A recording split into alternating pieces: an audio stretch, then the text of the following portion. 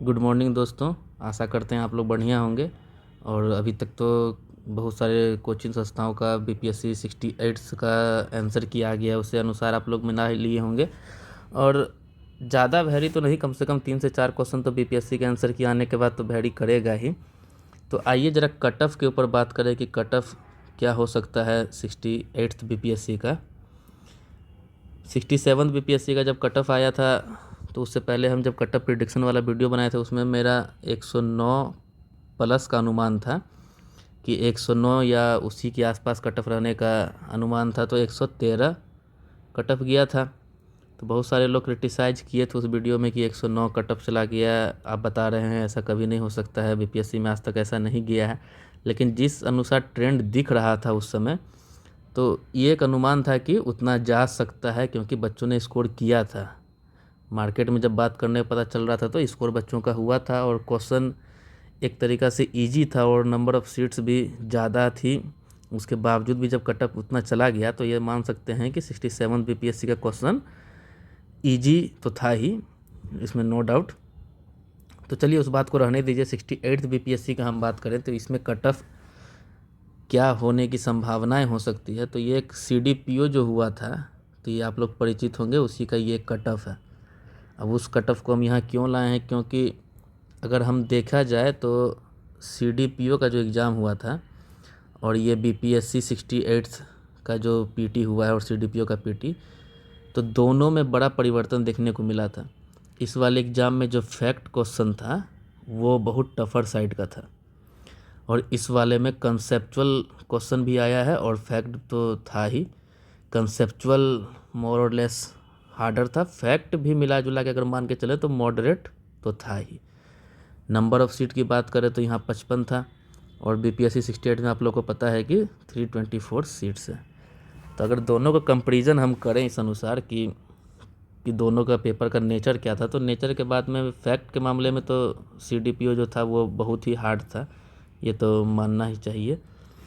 क्योंकि 55 सीट के बावजूद जब 105 कट ऑफ जा रहा है तो इसका मतलब फैक्ट में थोड़ा दम था। और 68 बीपीएससी का वही बात है कि कंसेप्चुअल क्वेश्चन था और फैक्ट तो था ही। कंसेप्चुअल थोड़ा मोर और लेस हार्ड था और फैक्ट जो क्वेश्चन था वो मॉडरेट नेचर का तो था। इजी तो नहीं कर सकते हैं, कुछ का क्वेश्चन तो आता ही है, 10% क्वेश्चन तो इजी रहेगा ही, तो उसमें तो दिक्कत है नहीं, तो उसकी तो बात ही हटा दीजिए।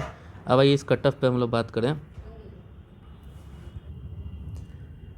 कट ऑफ पे हम लोग बात करें तो आइए, अगर 105 ही हम मानते हैं, ये करेक्ट क्वेश्चन कितने लोगों ने किया, अगर हम 105 ही सीडीपीओ का हम कट ऑफ को मान लें कि 105 कट ऑफ जाना चाहिए निगेटिव को हटा के, तो अब देखिए दो कंडीशन बन सकता है। 110 में 105 लाना, ला ही सकते हैं बहुत सारे लोग, ऐसा तो है नहीं, लेकिन बहुत ही चैलेंजिंग है। और मान के चलिए हम 1% लोग 120 में, इसमें भी मान के चलते हम कुछ लोग होंगे, लेकिन जो मैक्सिमम लोग 105 सही करेंगे उनका रेंज होगा 130 से 150 क्वेश्चन का अटैम्प्ट। 110 में 105 सही कर लेना बहुत ही इम्पॉसिबल टास्क है, ये रेयरेस्ट हो सकता है। 120 में भी 105 सही कर लेना वो भी बहुत ही चैलेंजिंग है, बहुत ही ज़्यादा, इतना भी आप तो समझ ही सकते हैं। तो अगर 130 से 150 के बीच में अगर लोग अटैम्प्ट कर रहे हैं और 105 ला रहे हैं तो इनका कट ऑफ क्या हो सकता है, यानी जिनका 105 है और वो 130 अटैम्प्ट किए हैं, यानी वो 25 क्वेश्चन उनका निगेटिव है। तो 25 क्वेश्चन में सीधा सीधे कितना हो गया, 6.25 यही हुआ, यानी 6 चाके 24, जो चला 6 क्वेश्चन चला गया और एक क्वेश्चन का 0.25, तो यानी 105 में अगर हम 6.25 को माइनस कर दें तो कितना ये हो सकता है। अगर 6 ही चला गया 105 में तो 99 और पॉइंट और ये यानी 98.75, और 150 में अटैम्प्ट करने पे 105 सही जिनका हुआ है तो वो उनका 45 नेगेटिव हुआ है। तो इसमें अगर रेंज चला जाएगा तो 44 में 11 क्वेश्चन 0.25, तो यानी 105 में अगर हम 11.25 माइनस कर दें तो 0.75, और यहाँ पे हो गया आपको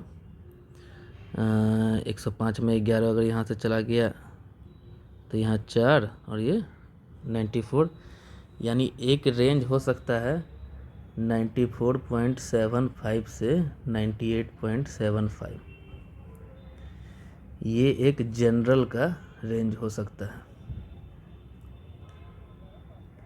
जो यूआर मेल कैंडिडेट है उनका इस रेंज में इस बार कट ऑफ रहने की ज़्यादा संभावनाएं हैं, क्योंकि आप ये बात मान लीजिए, क्योंकि बहुत सारे लोगों का निगेटिव हुआ है और अच्छा खासा निगेटिव तो होगा ही, अच्छा खासा निगेटिव हुआ है। 120 से अगर आप कम अटेम्प्ट किए हैं, इससे अगर कम अटेम्प्ट किए हैं तो आप बहुत ही अगर आपका एक्यूरेसी बढ़िया है तो आप रिजल्ट निकाल ले जाइएगा, लेकिन चांस कम है।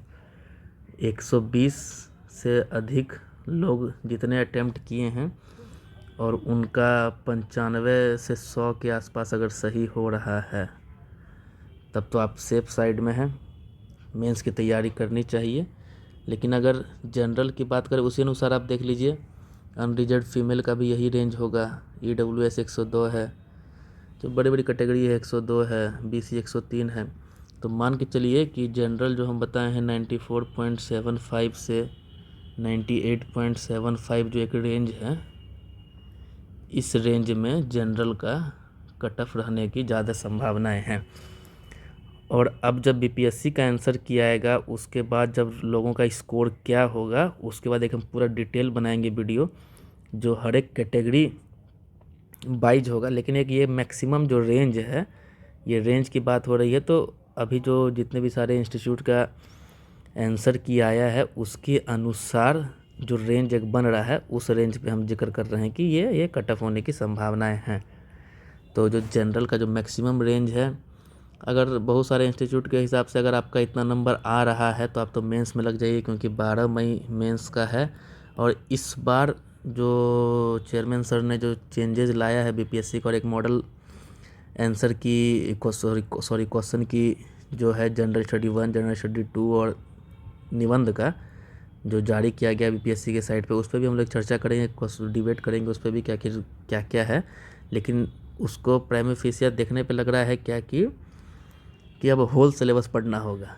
पहले जो हम लोग एक सेलेक्टिव पढ़ के जाते थे, या स्टैटिक में भी देख रहे हैं कि स्टैटिक्स का जो क्वेश्चन है उसमें भी अब दोनों क्वेश्चन नंबर 35, क्वेश्चन नंबर जो 2 क्वेश्चन है 36 का, उसी में आपको सब क्वेश्चन रहेगा, उसी में आपको अटैम्प्ट करना है। वो तो चलिए उस पर बात करेंगे, क्योंकि अगर चेंजेज जो मेंस में भी किया गया है तो इसके कारण BPSC को अब समय देना होगा मेंस की तैयारी करने के लिए।